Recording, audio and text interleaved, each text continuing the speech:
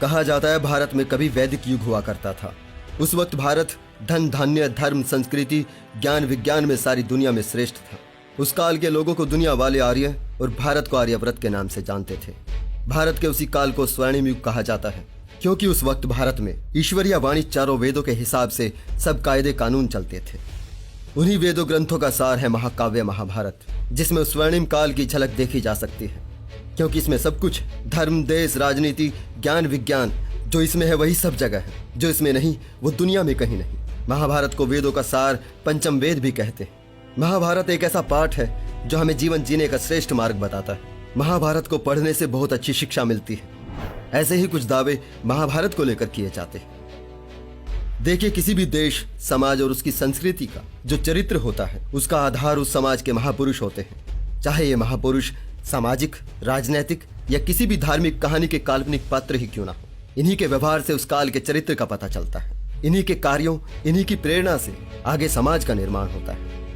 वैसे तो हमारी संस्कृति में आदर्श पुरुषों की कभी कोई कमी नहीं रही। ऐतिहासिक तो शायद गिने भी जा सके, परंतु पौराणिक आदर्श तो इतने हैं शायद ही कोई महापुरुष हो जो गिन सके। तो सवाल ये उठता है, कथित महाभारत काल 5000 साल से लेकर वर्तमान तक ये ग्रंथ और इनके अनगिनत आदर्श देश समाज और राजनीति का सबसे सर्वोत्तम संदेश देते रहे हैं, तो हमारा देश हजारों वर्षों तक गुलाम कैसे रहा? अगर इन ग्रंथों से सत्य प्रेम न्याय का बहुत ही ऊंचा संदेश सदा से मिलता रहा है, तो हमारी संस्कृति में अपने ही लोगों से अन्याय क्यों होता रहा? जब ये ग्रंथ बहुत अच्छी शिक्षा देते हैं, तो इस देश का बहुसंख्यक वर्ग, जिसे आज दलित कहा जाता है, कथित स्वर्णिम काल से लेकर अंग्रेजों के आने तक अशिक्षित क्यों रहा? नारी को देवी के रूप में पूजने वाले समाज में नारी चाहे किसी भी कुल की हो, अंग्रेजों के आने तक अनपढ़ क्यों रही? अतीत को अतीत में छोड़ दें तो भी बड़े बड़े आदर्शों के नाम गिनाने वाले और उनके आदर्शों पर चलने वाले समाज में आज भी भेदभाव जातिवाद भ्रष्टाचार क्यों है? हम सबकी सृष्टि करने वाली नारी कथित स्वर्णिम काल से लेकर आज भी हाशिए पर खड़ी सम्मान की लड़ाई क्यों लड़ रही है? इसके दो ही कारण हो सकते हैं, या तो हमारा समाज इन ग्रंथों के आदर्शों पर चला ही नहीं, या फिर हम आदर्श ही गलत चुनते आए हैं। जैसे कि दावे किए जाते हैं महाभारत ग्रंथ से बहुत अच्छी शिक्षा मिलती है, जो ज्ञान इसमें है वो कहीं नहीं, तो आज हम भी इस ग्रंथ से थोड़ा सा योग थोड़ा सा अध्यात्म थोड़ा सा ज्ञान निकालने की कोशिश करते हैं। यह मंथन है इतिहास से चली आ रही हमारे समाज की कुरीतियों पर, जो आज भी हमारे समाज पर कलंक के समान है। इस मंथन से विष भी निकल सकता है। अगर पीने का सामर्थ्य हो तो ही इस वीडियो के साथ अंत तक बने रहें।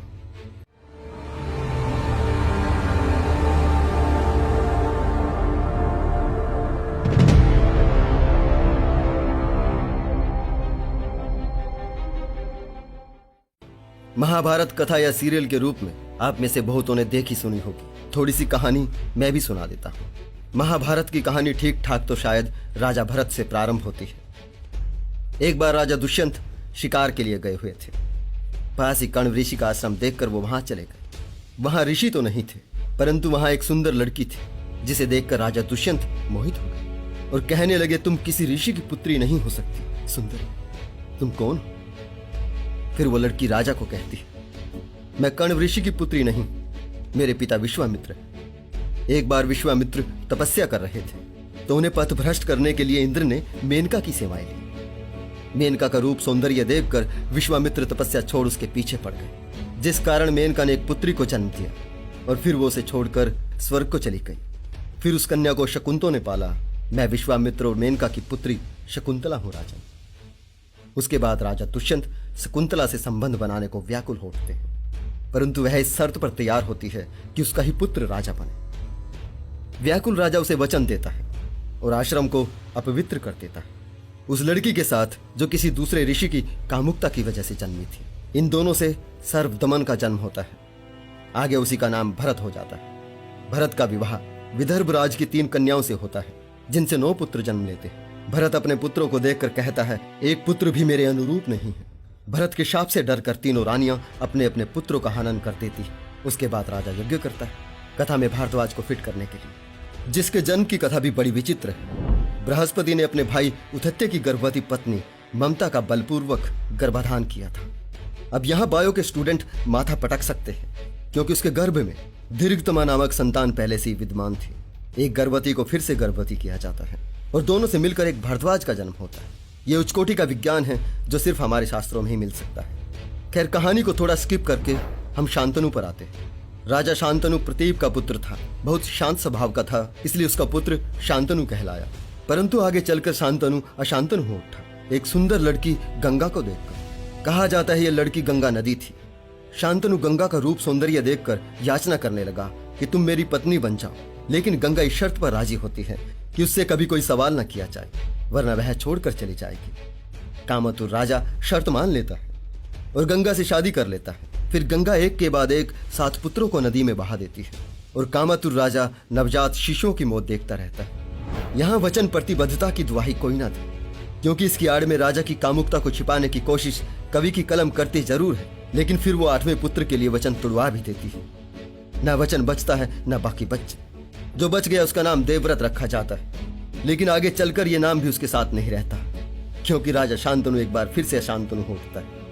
इस बार एक मल्लाह की लड़की सत्यवती को देखकर बूढ़ा राजा फिर से शादी करना चाहता है, लेकिन सत्यवती का पिता एक शर्त रखता है कि उसकी पुत्री की संतान ही राजा बने। अच्छा, एक बात तो पक्की है, इन सबको पहले से पता था कि लड़का ही होगा। चलिए कहानी की ओर आते हैं। शांतनु वचन देता है, लेकिन मल्लाह ये कहकर मना कर देता है कि तुम्हारा एक पुत्र और है, कल को उसकी संतान राज्य की मांग करेगी। तब देवव्रत अपने पिता के लिए उस मल्लाह के सामने आजीवन विवाह न करने की प्रतिज्ञा लेता है। इस प्रतिज्ञा को ही महाभारत में भीष्म प्रतिज्ञा कहा गया। इस प्रतिज्ञा के बाद से ही देवव्रत का नाम भीष्म हो जाता है। अब आजीवन कुंवारे रहने में भीष्म जैसा तो कुछ नहीं होता। मेरा ही एक दोस्त है मुंबई में, भीष्म प्रतिज्ञा करके बैठा है कि जब तक मकसद पूरा नहीं होता शादी नहीं करूंगा। खैर, शांतनु के सत्यवती से 2 पुत्र होते हैं, चित्रगंध और विचित्रवीर्य। इनमें से एक कम उम्र में मर जाता है, दूसरा जब जवान होता है उसके लिए वही ब्रह्मचारी भीष्म काशीराज की पुत्रियां जबरन उठा लाता है। यहाँ नैतिकता और ब्रह्मचार्य दोनों धरे रह जाते हैं। आगे इन्हीं अंबिका और अंबालिका के साथ राजा 7 वर्षों तक आनंद मनाता है और अंत में बीमारी से पीड़ित होकर मर जाता है। अब क्योंकि इनकी 7 वर्षों तक भी कोई संतान नहीं थी, इस बात को लेकर सत्यवती के परेशान होने पर भीष्म, जो कि वेदों के ज्ञाता थे, उसका हल सत्यवती को बताते हैं कि किसी गुणवान ब्राह्मण को धन देकर बुलाओ ताकि वह रानियों को गर्भवती कर सके। इसी प्रथा को वेदों शास्त्रों में नियोग प्रथा कहा गया है। इतनी बात सुनकर सत्यवती भीष्म से कहती है, अगर ऐसा ही है तो इसके लिए किसी ब्राह्मण को बुलाने की जरूरत नहीं है। वह थोड़ा लजाती हुई अपनी कहानी भीष्म को सुनाती है कि जब वह जवान थी, एक दिन नाव पर गई हुई थी। उस दिन महर्षि पराशर नाव पर आ गए और उसे देखकर काम पीड़ित हो गए। उसने उन्हें बताया कि मैं छोटी जाति की हूँ, मैं अपने पिता से डरती हूँ और आपके श्राप से भी। तब महर्षि कहते हैं, तुम अपने पिता से मत डरो, किसी को कुछ पता नहीं चलेगा। मेरे साथ समागम से जो तुम्हें संतान पैदा होगी, उसके बाद तुम फिर से वैसी ही हो जाओगे जैसी हो। और इतना कहकर ऋषि अपनी योग शक्ति से नाव के चारों ओर कोहरा फैला देता। उन्हें ऋषि पराशर से शादी से पहले का मेरा एक पुत्र है व्यास, उसे बुलाओ, वह अपने भाई की पत्नियों को पुत्रों की प्राप्ति करा देगा। डर के मारे आंख बंद करने से अंधे धृतराष्ट्र का जन्म लेना, भय से पीला पड़ने से पीलियाग्रस्त पांडु का जन्म लेना, बिना लॉजिक के आप सभी स्वीकार करते ही हैं। और दासी के समर्पित भाव से समागम करने से नीतिवान विदुर के जन्म लेने की कहानी आप सभी जानते हैं। यही है महाभारत के मुख्य किरदार। अब इस कहानी में व्यभिचार तो है, भोग भी है, नियोग भी है, ऋषियों की कामाग्नि से जन्मी बच्चियों को छोड़ देने जैसे असामाजिक कृत्य भी हैं। लेकिन कहीं तक भी अध्यात्म, न्याय, नैतिकता, कोई भी बढ़िया संदेश समाज के लिए नजर आता है तो मुझे पता है। ये तो ग्रंथों के ऋषियों का हाल है। इस कहानी में एक भी पात्र आदर्श नहीं मिलेगा। हम इस कहानी के किस पात्र को आदर्श कहें? राजा शांतनु को, जो गंगा के प्रेम में इतना अंधा हुआ कि नवजातों को कत्ल होते देखता रहा, जिस पर इतनी कामुकता चढ़ी थी कि उसके बेटे देवव्रत को अपने पिता की शादी शकुंतला से कराने के लिए आजीवन ब्रह्मचारी रहने की भीष्म प्रतिज्ञा लेनी पड़ी। और भीष्म ने भी ऐसा करके कोई आदर्श स्थापित नहीं किया, ना ही वो ब्रह्मचार्य का पालन कर सका। उस ब्रह्मचारी के बारे में आप क्या कहेंगे जो 3-3 लड़कियों को उठा लाता है, वो भी तब जब उनकी शादी हो रही थी। अपने मालिक के लिए लड़कियां अगवा करने वालों को क्या कहा जाता है वो आप भली भांति जानते हैं। यही भीष्म वेदों के ज्ञाता थे। जब द्रौपदी का चीर हरण हो रहा था, तब द्रौपदी भीष्म के सामने गिड़गिड़ाती हुई कहती है, आप कुछ बोलते क्यों नहीं पितामह? वेदों के ज्ञाता और महायोद्धा भीष्म ही थे जो कहते हैं मैंने कौरवों का नमक खाया। रोती बिलखती द्रौपदी फिर से पूछती है, हे पितामह, इतना तो बताएं, क्या उस पुरुष को अपनी पत्नी को जुए में दांव पर लगाने का कोई अधिकार है जो खुद जुए में हार चुका है? तब भीष्म कहते हैं उसे अधिकार है, यानी एक दास की पत्नी उसकी गुलाम उसकी दासी है, जिसका दास उसका पति है, वो उसकी पत्नी के साथ कुछ भी करे। ये चाटुकारिता, गुलामी, अज्ञानता, अनैतिकता की पराकाष्ठा नहीं तो क्या है। आर्यावर्त के वीरों, गुरुओं, ऋषियों, राजाओं के सामने एक रजस्वला स्त्री का चीरहरण होता है। बलिष्ठ बलवान सब देखते रहते हैं। क्या जुए की मर्यादा एक औरत की मर्यादा से ज्यादा होती है, जो धर्मराज को भी गर्दन झुकाए बैठे रहने को मजबूर कर देती है। और कहा जाता है ये कहानी है पुरुषार्थ की। क्या यही संदेश अतीत और वर्तमान में भारतीय नारी के उत्पीड़न के जिम्मेदार नहीं है? किसे आदर्श कहेंगे? स्वयं जिनका नाम धर्मराज है और वो अपनी पत्नी को एक वस्तु की तरह जुए में दांव पर लगा देता है। युद्ध भूमि में अश्वत्थामा के मारे जाने की झूठी खबर फैलाता है। हमारे जैसा कोई इन किताबों पर एक सवाल करे तो आपको अपमान लगता है। ऐसे व्यक्ति को धर्मराज कहना धर्म का अपमान क्यों नहीं लगता? महाभारत काफी बड़ा ग्रंथ है, बहुत सारे किरदार हैं। मैं पूरा नहीं सुना पाऊंगा, आप पूरा पढ़ लीजिए। महाभारत में एक भी पात्र आदर्श नहीं मिलेगा। महाभारत के गुरुओं, ऋषियों, राजाओं, योद्धाओं से लेकर स्वयं भगवान के अवतार कहाने वाले कृष्णा तक कोई आदर्श नहीं। जब भगवान ही कदम कदम पर छल करते हो तो बाकियों को क्या कहें? यही वो भगवान है जो गीता के 10वें अध्याय के 36वें श्लोक में स्वयं कहते हैं, जुआ मेरा ही रूप है। तो धर्मराज जुआ क्यों ना खेले? कई लोग कहा करते हैं औरंगजेब ने राजगद्दी हथियाने के लिए अपने बाप को कैद किया था और अपने भाई दारा शिकोह का कत्ल किया था। लेकिन क्या महाभारत के महापुरुषों ने भी सांसारिक चीजों को ठोकर मारकर रिश्तों की रक्षा की थी?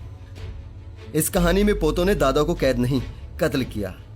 गुरु का सम्मान नहीं, कत्ल किया और बड़े भाई कर्ण की हत्या की थी। और ये सब कत्ल धोखे से किए गए और उस व्यक्ति की सहमति तथा शय से किए गए जिसके बारे में कहा जाता है कि वह भगवान का अवतार था और धरती पर धर्म स्थापित करने के लिए अवतरित हुआ था। ध्यान रहे, एक अलग कहानी में इसी अवतार के मामा श्री कंस ने अपने पिता को कैद करके गद्दी हथियाई थी।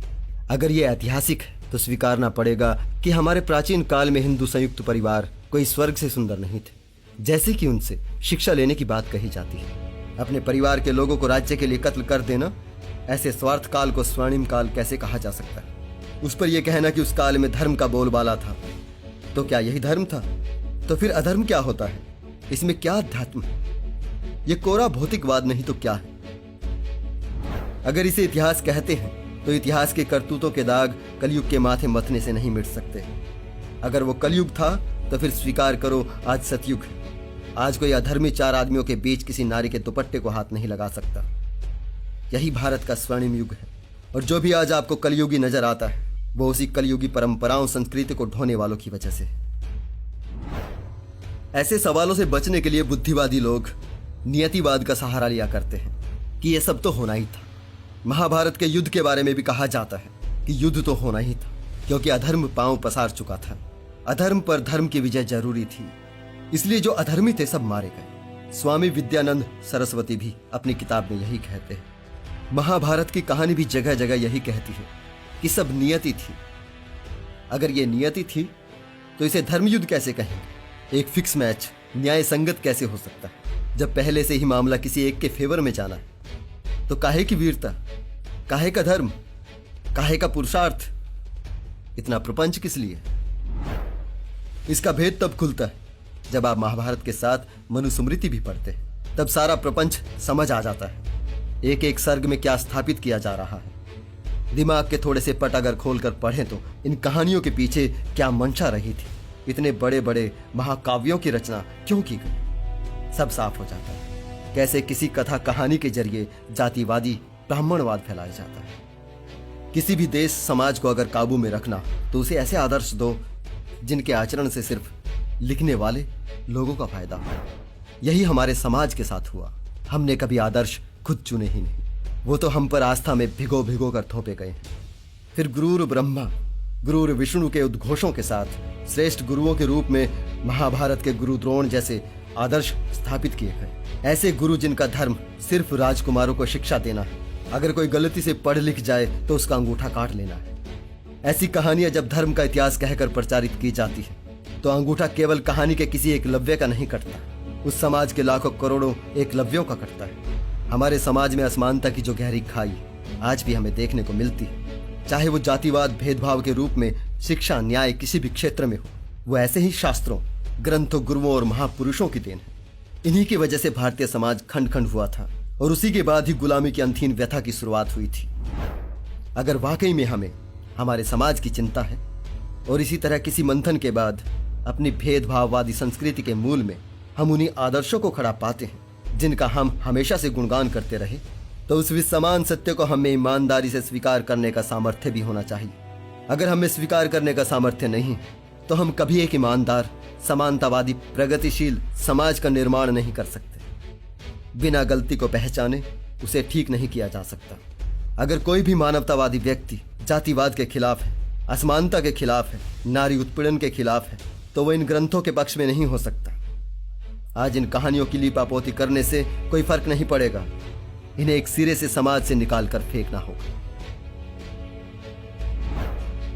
मेरे वीडियोस के कमेंट सेक्शन में हजारों कमेंट आते हैं और गालियों की संस्कृति से भरपूर आते हैं। उन्हीं कमेंट्स का मिला जुला एक रिप्लाई था। उम्मीद करता हूं अगली बार कमेंट में आप सभ्य भाषा का उपयोग करेंगे। आज के लिए इतना ही दोस्तों। जल्दी ही मिलते हैं किसी और नए वीडियो के साथ।